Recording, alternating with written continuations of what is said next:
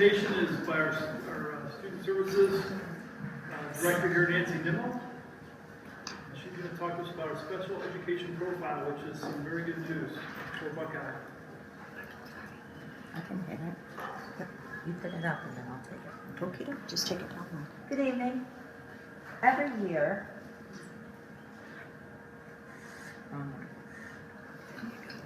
it's maybe a little hard to read, but you have it, so I want to just read to you tonight. Every year we get a special education profile, and it's about 27 indicators that they measure in special education. The indicators fall all around the compliance issues with IDEA.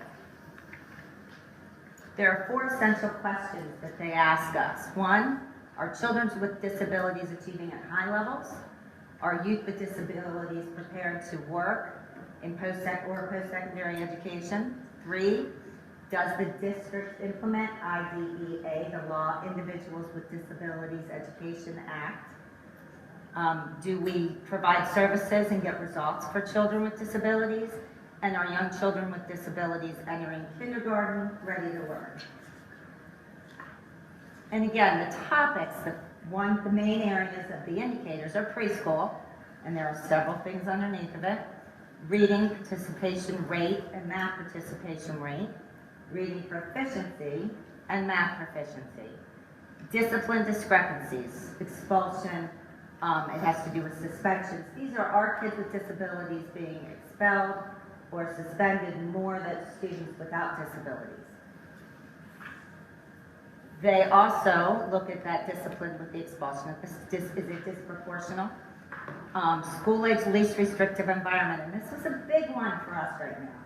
This means that kids learn in the least restrictive environment, which means that they might have a disability, but they can learn in the general ed curriculum.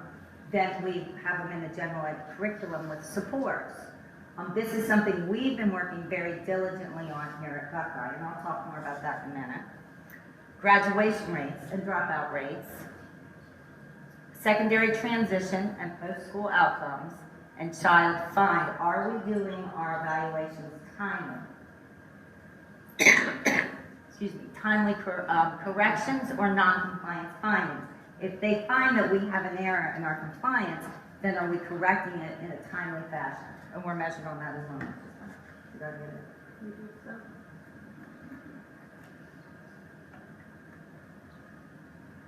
That's why I always bring. We need it, but it looks like we don't. Did we get unplugged? It's not coming up. It's up on here, but not on there. All right, we're fine. We're good. Go ahead. Because I can see it, so that's what's important. Timely and accurate data, whether or not again we do that data correctly.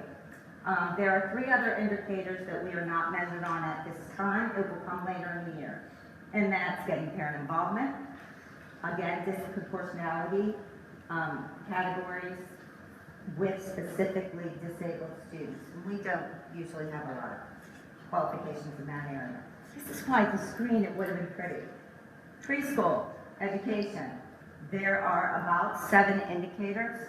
This is the first year that we met all 7. We're very excited and we're very proud of our preschool. As you know, we're star 5 when it comes to step up to quality. You've heard a lot about that. And we have not, where we have not met it is, some of it has been coding issues. So I'm looking at Rich, he knows we're coding in the EMIS. But we finally have all that adjusted and we met all of our indicators for preschool. Indicator 3, which was reading and math participation rate. Do our kids with disabilities participate in the testing? We met that indicator as well. Reading and math proficiency. For reading, we did not meet it this year. However, I do want to say that the target was 38.58%. We were at 36.69%, so we're very close. So hopefully next year, and I believe the changes that we've made with least restrictive environment will show up next year. Math proficiency, we met. Indicator 4A is expulsion and suspensions. We met that indicator. we met disproportionality with discipline as well. We did not meet school age LRE, least restrictive environment. This is what I was talking about. In 15 and 16, we were at 63.5%. That is low. This year, we were at 51, so we're getting better all the time. Our goal is to have as many kids as we can in the general ed classroom with special ed support, whether it's co-teaching, whether it's with an assistant that can help out in that classroom, however way we can support them in the general ed classroom. That is the measurement. And that's at 80%. However, at 40%, we did meet it. So again, we're working very diligently. We've been doing co-teaching this year, K through 6. Next year it will be 7 and 8, though there is some math that's done right now with Mrs. Goodwin, because she does that. And the high school has been doing that. So I'm really excited to see what the scores show next year. Also, separate facilities. These are our kids, and we met this one as well. These are our kids who are taught in maybe a different school building. They may not be here on our campus, but they're Buckeye kids. They may be at the County Board of Developmental Disabilities. They may be at STEP program, which is for kids with severe autism. So they may be somewhere else, but we have met that. That's because we've kept it under a certain percentage. The other one we have not met is graduation. In 15-16, we were at 80.5%. This year, we were at 75%. And I do want to clarify this. Kids with, and this is kids with disabilities. Kids with disabilities have the right to stay at school or other programs until they're age 22. That actually counts against us on the report card, but by law they can do that. We have been talking to the legislators about, I don't care, because you're counting us as kids staying, but they have the right to do that. So sometimes those numbers can affect us a little bit. And then dropout rate, we met. Secondary transition, we met. Post-secondary school outcomes, we met. I love saying that. Child find timely evaluations. This is IEPs. They have to be written on an annual basis. It must be 1 year minus a day. And the evaluated team reports have to be every 3 years minus a day. So that's 260 students here at Buckeye that we did not miss one. Not one student had it late. Timely corrections of non-compliance, we got that because we haven't had any non-compliance, which is I'm very proud of too. Timely and accurate data. Is the data that we're sending into them, is it timely and is it accurate? And it is, and there's a lot of data that gets sent in. So the conclusion of all of this is that out of 27, we met 24. We missed 3. That's excellent. And we're well on our way. We're attacking those 3. One of them, the LRA practices, again, least restrictive environment. We're having with our co-teaching and reevaluating how our services are given. The next one that we're working on is internal monitoring. There is a team of us that is working together. It is administrative, special ed teachers, psychologists, a speech and language pathologist. We are now doing our own little internal evaluating. We read the IEPs. I read every IEP that comes through. Now I have a team that will help me to make sure that we're doing them correctly by the compliance pieces that the state wants. So that's another way we're going to find that. We are also beginning to team together to look at attendance and graduation rates. We'll continue to work on the reading skills. We've seen a huge increase, I feel, this year. This is, Hartwell, would you agree, in our reading with the co-teaching piece? Because now these kids are there with every other student. And we're excited to see the stats when all the testing's done. So, we're working on that as well as continuing with our math. If you have any questions, anytime, please don't hesitate to call the main office. I'm the first one that comes up. If you'd like to speak to Mrs. Nimmo and the student services, I'm the first one. 1004 is fine. Extension, if you have any questions, just let us know. Do you guys have any questions? Thank you.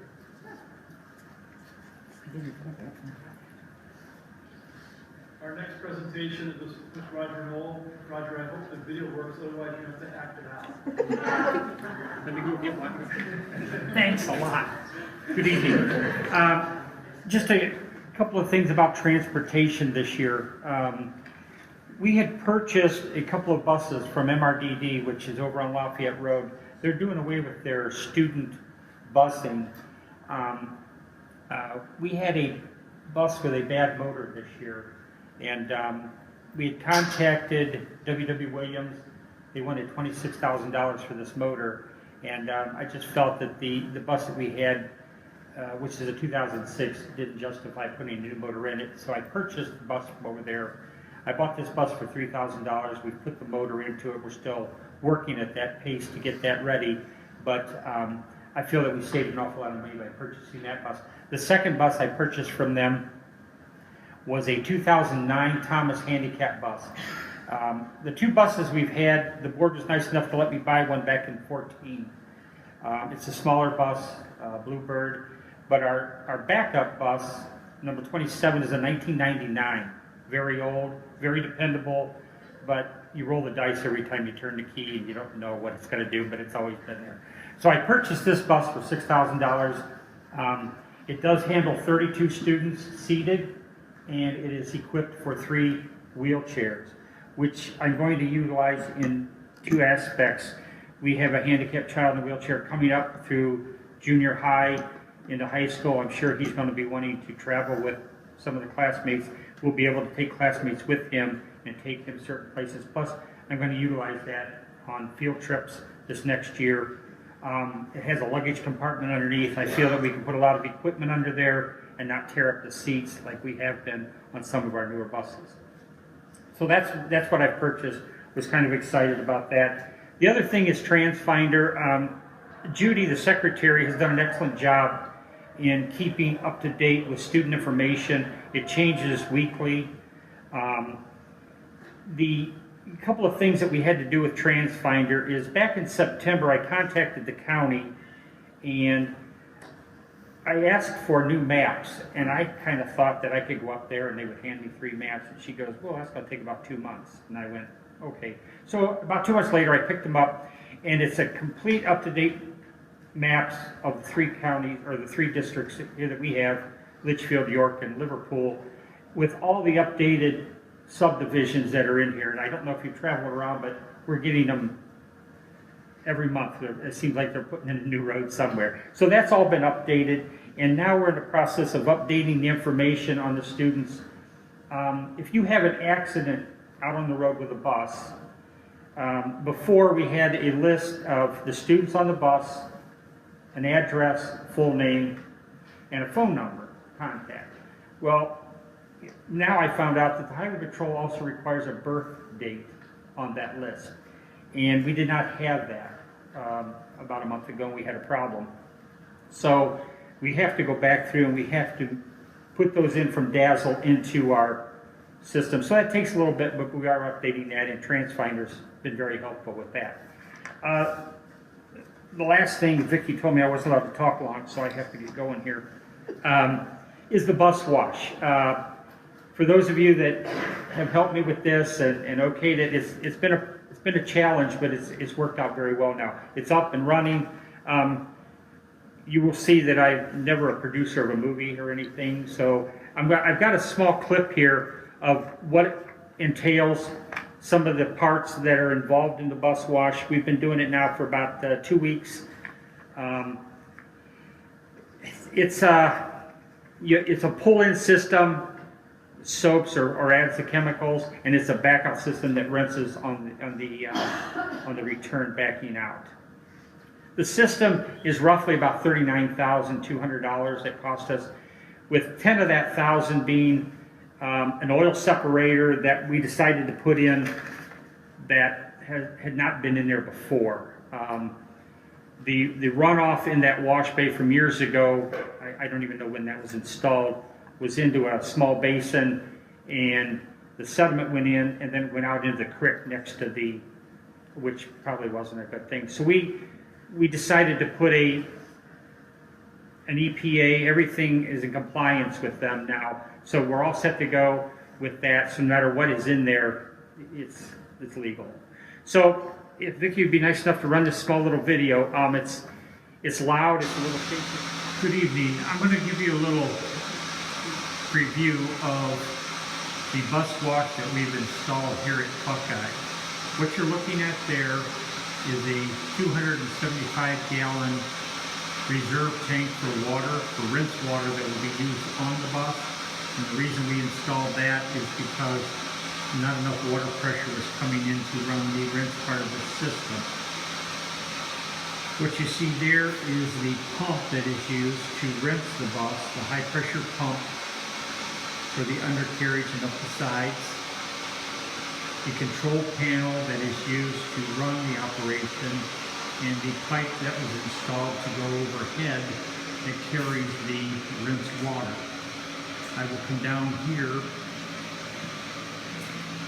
and show you, this is the secondary pump that is used to mix the solutions or chemicals that are used to apply the soap or the salt emulsifier to the bus. Here we have the mixer that will dilute the soap from concentrated strength to 100 to 1, and then we have the manifold that is used to either apply the soap or the consalt, the salt emulsifier. I will back up here a little bit. This is the two containers that are used. The white container on the left is the consalt container, which is the salt emulsifier that is applied during the winter months. And the container on the right is the sizzle or the soap that is used to clean the buses.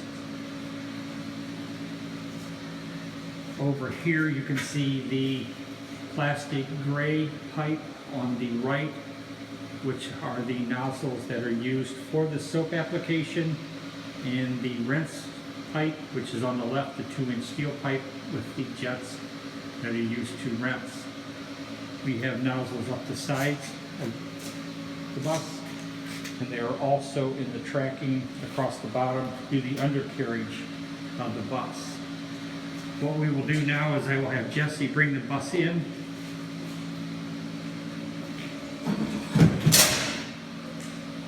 I can show you the rinse process first. Today we're just applying soap.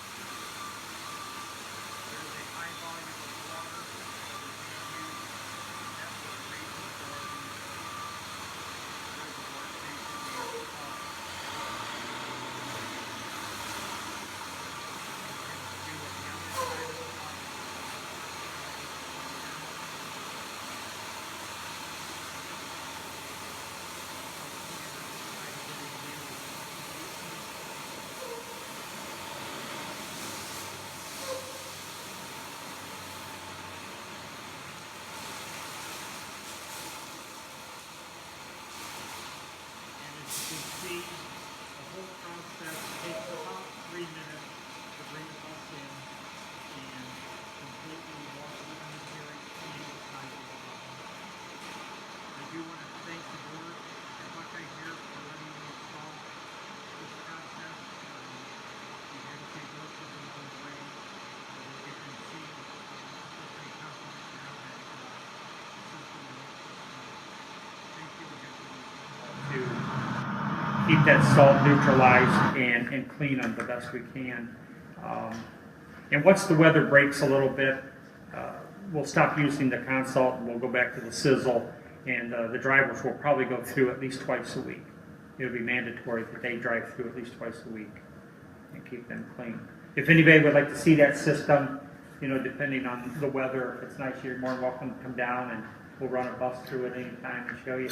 If anybody has any questions on that, you know, please feel free to call me or ask now if you've got anything, okay?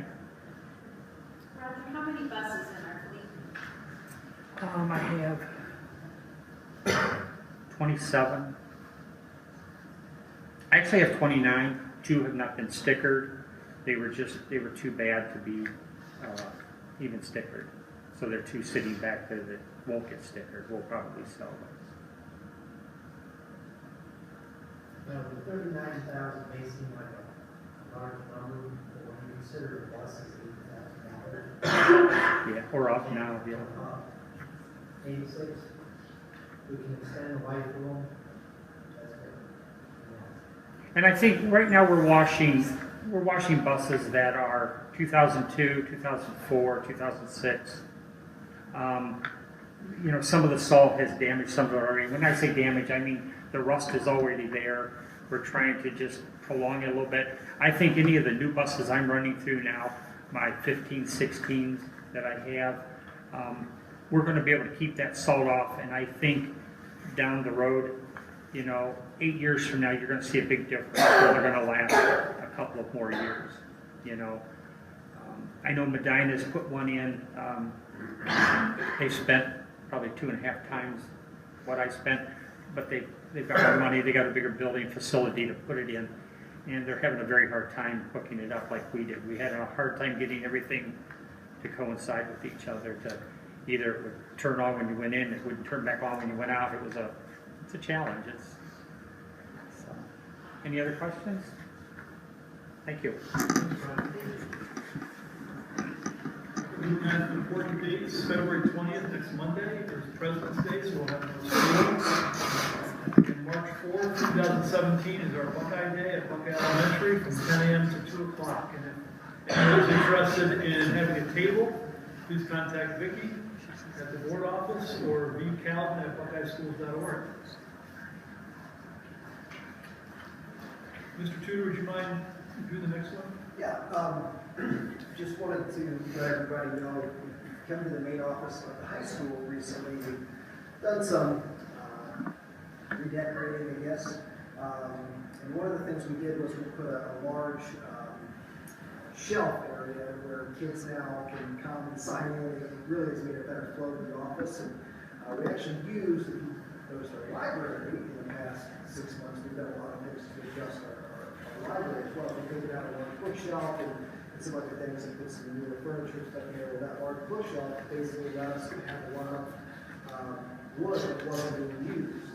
And Lynn Reisner, our athletic director, was actually pretty good at woodwork, and he took that wood and he made a shelving unit for the high school and restained it and everything, and put about 10 hours of work into that, and so we were really able to reuse the wood. So one, it was a great use of resources, but also wanted to tell Mr. Reisner thank you for that, for him doing that just for free for us. So Thank you. Next on the agenda is the Financial Advisory Committee update.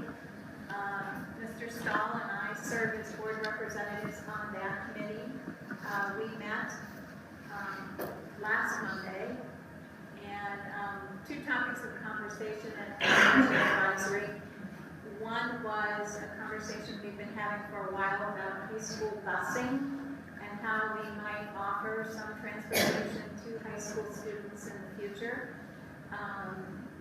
Without adding any routes, we are thinking about and putting together a letter that will go to families after school begins next school year, after all the routes are set and everything's running smoothly.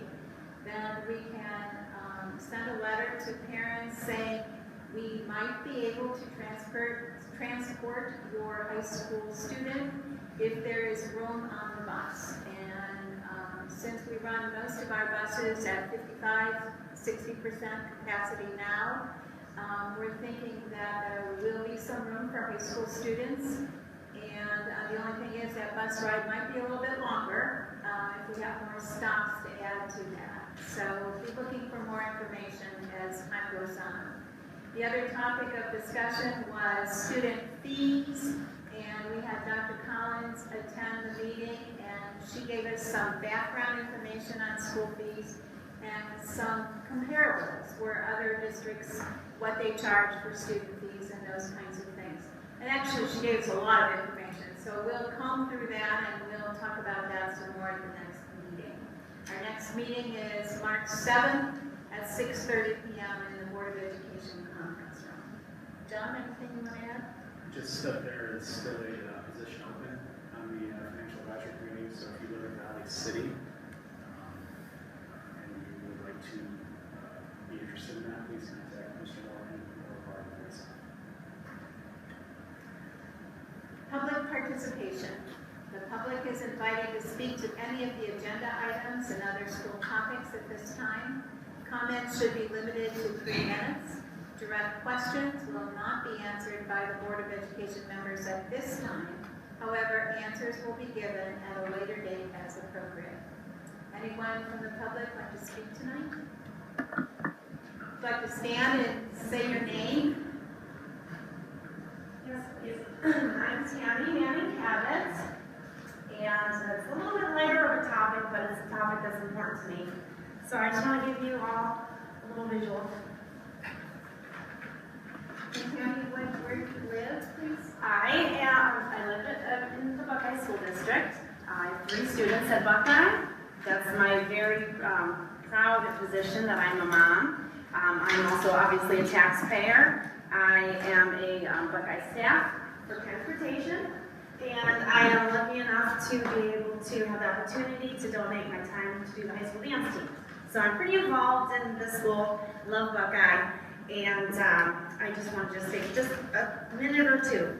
I've always been taught that if I believe in something, I should fight for it. And although it might be important to a lot of people, it's something that I feel should be heard. So I gave you all a little picture of our little bus kitty. We call her Mama Titi. She's been a resident feral cat way in the back by the bus garage, making her home on the local Buckeye Schools property for over 3 years. She is fed but always keeps a safe distance. She has been captured, spayed. She's updated on her rabies and released. But the Buckeye staff is responsible for her upkeep, and we've been ordered to take down her shelter, cease her feeding, and move her to another location. Over the winter break, she was relocated 5 miles away, and she came back on her own. She made her way back. So we are who she knows, and I'm just asking for a little bit of compassion. Some positive things that she does is she's a faithfully endearing little soul that I can say, at least for me, makes me smile every day when I see her. She keeps herself at a distance. We can't get near her, we can't touch her. And she's clear of the buses. She keeps away the rodents. We have had mice issues in the past, and we have not had any mice around, and I will say we really have not had any problems with raccoons lately either.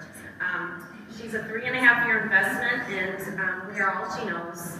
I would like to compare her to a wild bird. If you have a wild bird feeder, you put out seed, they come over, they eat, and that's really all she does.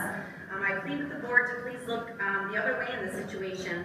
We will be sure not to take on another animal. I understand whatever is done, but I feel like she's her responsibility now.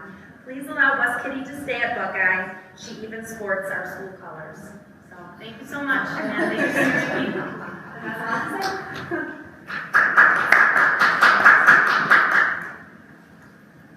say. Is there anyone like to speak tonight? I would. My name is Cheryl Snyder, and I am with the high school parent group. We just started the group about 2 years ago when Mr. Tudor came in. And just this past Sunday, thank you to our Buckeye band, high school band, we played at the Monsters game. And it was such a phenomenon. All the money that was raised goes to our after prom. Again, this is the second year we've had an after prom for Tudor. Somewhere safe that we can keep the kids after prom. And the Monsters told us today that they have never had such a response from any group than they had the Buckeye. So they bend over backwards for us, and I really appreciate that. And I want to thank the community for coming out and supporting the band and the after prom group. With that said, I would also like to say, because we just put in a 501c3, I'd like to say thank you to the Remington Service Company. It's a lawyer company out of Cleveland who is doing this basically for free for us, giving us a 501c3. Basically, we just had to pay for which I think is $500, for the 501c3, and the filing fees for the state. So thank you to them for, stepping up and doing this, along with Michelle Schmidt, who works there, and the lawyer that is doing this is P. Michael Ward. So thank you to them. And that's about it. Thank you. Thank you for your comments. Anyone else? Hi, Laura. I didn't plan on speaking here, but on behalf of Roger, I wanted to say thank you for the bus driver. I was involved in the bus accident with the basketball teams, and the bus driver handled everything well. Roger was quick to respond, and I was lucky enough that my form did have birth dates on it. But it was all handled well, and I just wanted to say thank you publicly. I know I've thanked Roger and the bus driver before, but I wanted to put it on there. So, Thank you. yeah, it wasn't our fault. we were very lucky. It was hit and run, and all of our girls were fine. They had already got it on social media. The bus driver's son was in South Carolina and already knew his dad had been in an accident, I think, before he even got called to Rogers. So your junior high female athletes are very quick to post things on social media, but everything was well taken care of and well handled, and everybody was fine. And I just wanted to say thank you to Roger. Thank you. Anyone else? All right, let's move on to the treasurer's report. I would like to ask the board to approve the amended certificates and the internal budgets adjustments that I've made that are on file in the treasurer's office. Motion? Second? Any comments? There's really nothing at this point that is truly exciting except for the casino money has come in for the second half and it's down. So if people could start going up Cleveland and gambling more, it would help us out. The only money we're sure of getting, but it was down because we did it in the second half last month. All right, then roll call. Manson? Yes. Barker? Yes. Sellers? Yes. Stahl? Yes. Copeland? Yes. Superintendent's recommendation items? Letter A, agreement with Kent State University, resolve the Buckeye Board of Education approve the College Credit Plus Master Agreement effective July 1st, 2017 to June 30th, 2018 between Kent State University and Buckeye Local School District, Appendix A. Item B, agreement with Cuyahoga Community College, resolve the Buckeye Board of Education approve the College Credit Plus Master Agreement effective January 30th, 2017 for the 2016-17 school year between Cuyahoga County Community College and Buckeye Local School District, Appendix B. Item C is out-of-state field trip. Resolve the Buckeye Board of Education approve an out-of-state trip for the Buckeye High School Marching Band to Orlando, Florida. The trip is scheduled for November 29th, 2017 to December 4th, 2017. The cost per student is $950. There is no cost to the district. Item D, approval of pay schedule. Resolve the Buckeye Board of Education approve the administrative, supervisory, and exempt pay schedules effective August 1st, 2017 as submitted, and that's Appendix C. Thank you. Motion, please. Motion. Second? Second. Any questions? The administrative pay schedule is adding additional positions on that schedule. That's correct. The technology coordinators. Roll call? Mattson? Yes. Barco? Yes. Stahl? Yes. Buckler? Yes. We have some new business. Approval of the second reading of the following policy. Resolved that the Buckeye Board of Education consider the policy listed below as presented. Copies of the complete policy are attached to board members' agendas as Appendix D. And this is policy 5460, graduation requirements. A motion, please. Motion. Second? Second. Comments or questions about that? This is a waiver of students having to take phys ed if they are involved in certain physical activities within this group. Is that best way to put it? Marching band and athletics, and it needs to be something that they're taking while they're high school students. So specifically, one would be 8th graders that participated in marching band. That year would not count towards the 2-year requirement for the waiver for PE. Roll call. Stahl? Yes. Sisavich? Yes. Mattson? Yes. Barco? Yes. Buckler? Yes. And then B in new business is the approval of the first reading of the policy as listed there, 2260, non-discrimination and access to equal educational opportunity. Yes. On this, I truly agree with the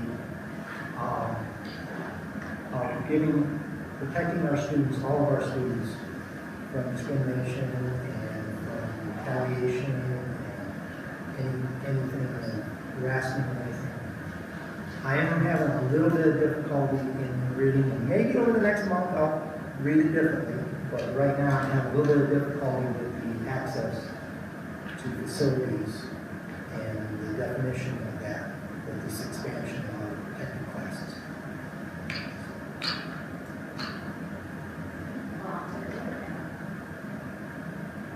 Personnel items? Item A, certified personnel. Number 1, medical leave of absence. Resolve the Buckeye Board of Education approve the request for medical leave of absence for Heidi Silcox, intermediate teacher, effective February 21st, 2017, until medical approval to return. Item 2, return to work. Resolve the Buckeye Board of Education approve the return to work for Rachel Paul on a half-day schedule until her release for full-time. Item 3, contract changes. Resolve the Buckeye Board of Education approve the following contract changes for salary purposes for additional educational credits for the following employees effective January 30th, 2017. Natalie Berthold, Deborah Sue Bryce, and Angelique Drira are going from masters to masters plus 15. Item 4, resignation. Resolve the Buckeye Board of Education accept the resignation of Ashley Morningstar, high school math teacher, effective immediately. Item B, classified personnel. Resolve the Buckeye Board of Education approve the following personnel items as presented. Number 1, medical leave of absence. Resolve the Buckeye Board of Education approve the request for medical leave of absence for Connie Young, paraprofessional, effective January 18, 2017, until medical approval to return. Item 2, employment. Resolve the Buckeye Board of Education approve to hire Jeanette Emmert as an elementary cook effective February 15th, 2017. Ms. Emmert will remain on a one-year probationary contract and paid as a cook 3.5 hours per day at step 1 of the Oaks negotiated agreement. Ms. Emmert previously was paid for 3 hours. Item 3, employment. Resolved the Buckeye Board of Education approved to hire Joe Sprecher as a playground cafeteria paraprofessional effective February 15, 2017. Ms. Sprecher will receive a one-year probationary contract and will be paid as a paraprofessional 3 hours per day at step 1 of the Oaks negotiated contract. Item 4, medical leave of absence. Resolved the Buckeye Board of Education approve a request for unpaid medical leave of absence for Tina Masari, high school custodian, effective January 19, 2017, until medical approval to return. Item 5, medical leave of absence. Resolved the Buckeye Board of Education approve a request for medical leave of absence for Claudia Davis, paraprofessional, effective February 27, 2017, until medical approval to return. Item 6, correction. Resolved the Buckeye Board of Education approve the revised start date of Denise Zakar, playground cafeteria paraprofessional, from 1/11/17 to 1/12/17 due to Buckeye Local School snow day. Ms. Zakar was not properly notified of the approved start date for her new position. And item number 7, employment. Resolved the Buckeye Board of Education approved to hire Marion Cashew for 2.5 additional hours as the high school athletic department building secretary. Her effective date will be February 21st, 2017. Classified substitutes. Resolved the Buckeye Board of Education approved the following classified substitutes to work on an as-needed basis for the 2016-17 school year. Cleaner labor, Michelle Hall. And then supplemental contract approval. Resolved the Buckeye Board of Education approve the following supplemental contracts pending certifications as well as resignations effective for the 2016-17 school year as listed. And it was resolved by the Buckeye Board of Education that the board has offered the position to those employees of the district who are licensed and no such employee qualified to fill the position has accepted it. In addition, since no other qualified and licensed individuals applied pursuant to ORC 3313.53, the Board of Education approves the following supplemental contracts.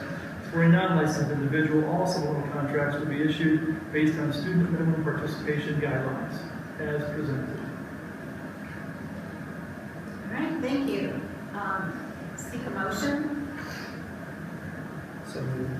Second? Second. Any questions or comments on those personnel items? Roll call. Barco? Yes. Sisselich? Yes. Stahl? Yes. Mansard? Kaufman? Yes.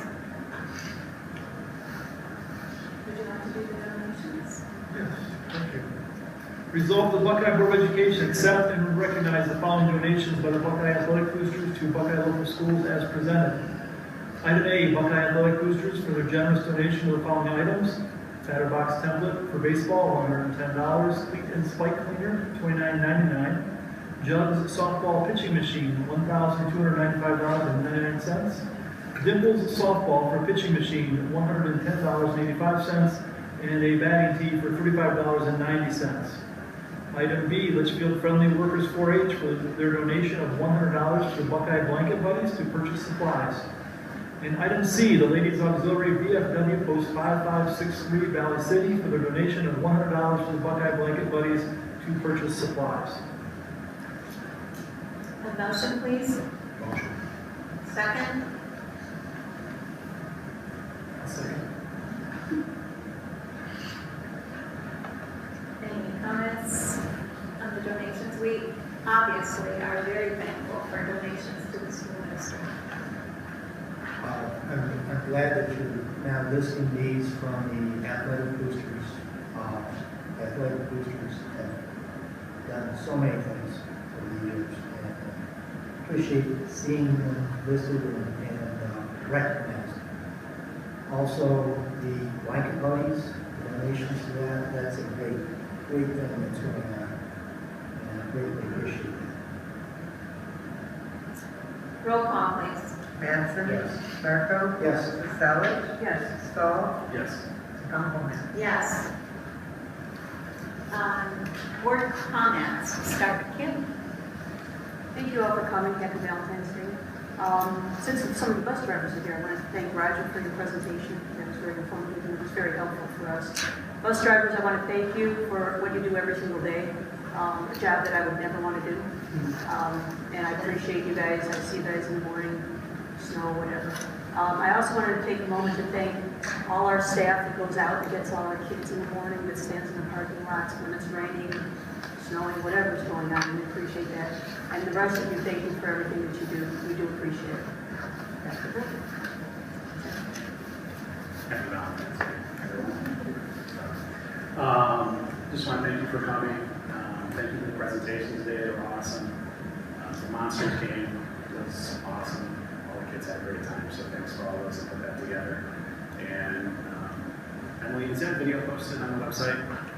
It will be. On social media, it's not, I don't think it's on the Buckeye Emily website. folks will be sent out a video, but please check out the website. That's a great video. Thank you very much for putting that together. So thank you. Happy Valentine's Day. And I just wanted to say too that, you know, there's so many nice pictures on the website. You know, there was a lot about the Monsters game, and even one of our kids rode the Zamboni. I saw two of them. Okay, that's quite an honor. Yes.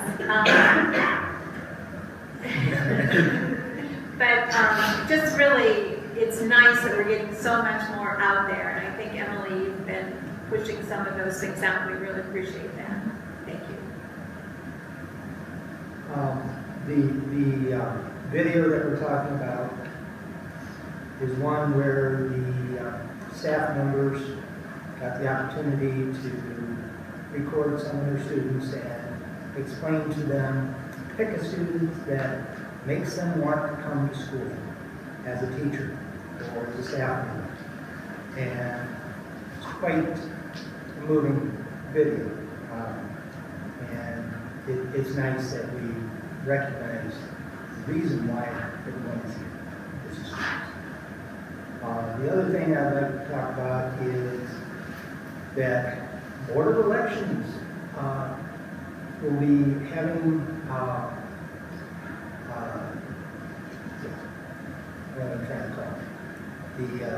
The Board of Education has going to be elections coming up this year, and anyone wanting to be involved in this group, now's the time to be thinking about it. So you get to know an idea of what we do and what we don't do. There's a lot of things we don't do that people think we do. But now's the time to be looking at it, and there's 3 seats that will be up for election this year. And I believe we have one person that's thinking about it at least, but if others want to run for these seats, now's the time to be thinking about it. You have to have your petition in by August. So. By the time it gets to be the well, thank you for happy now.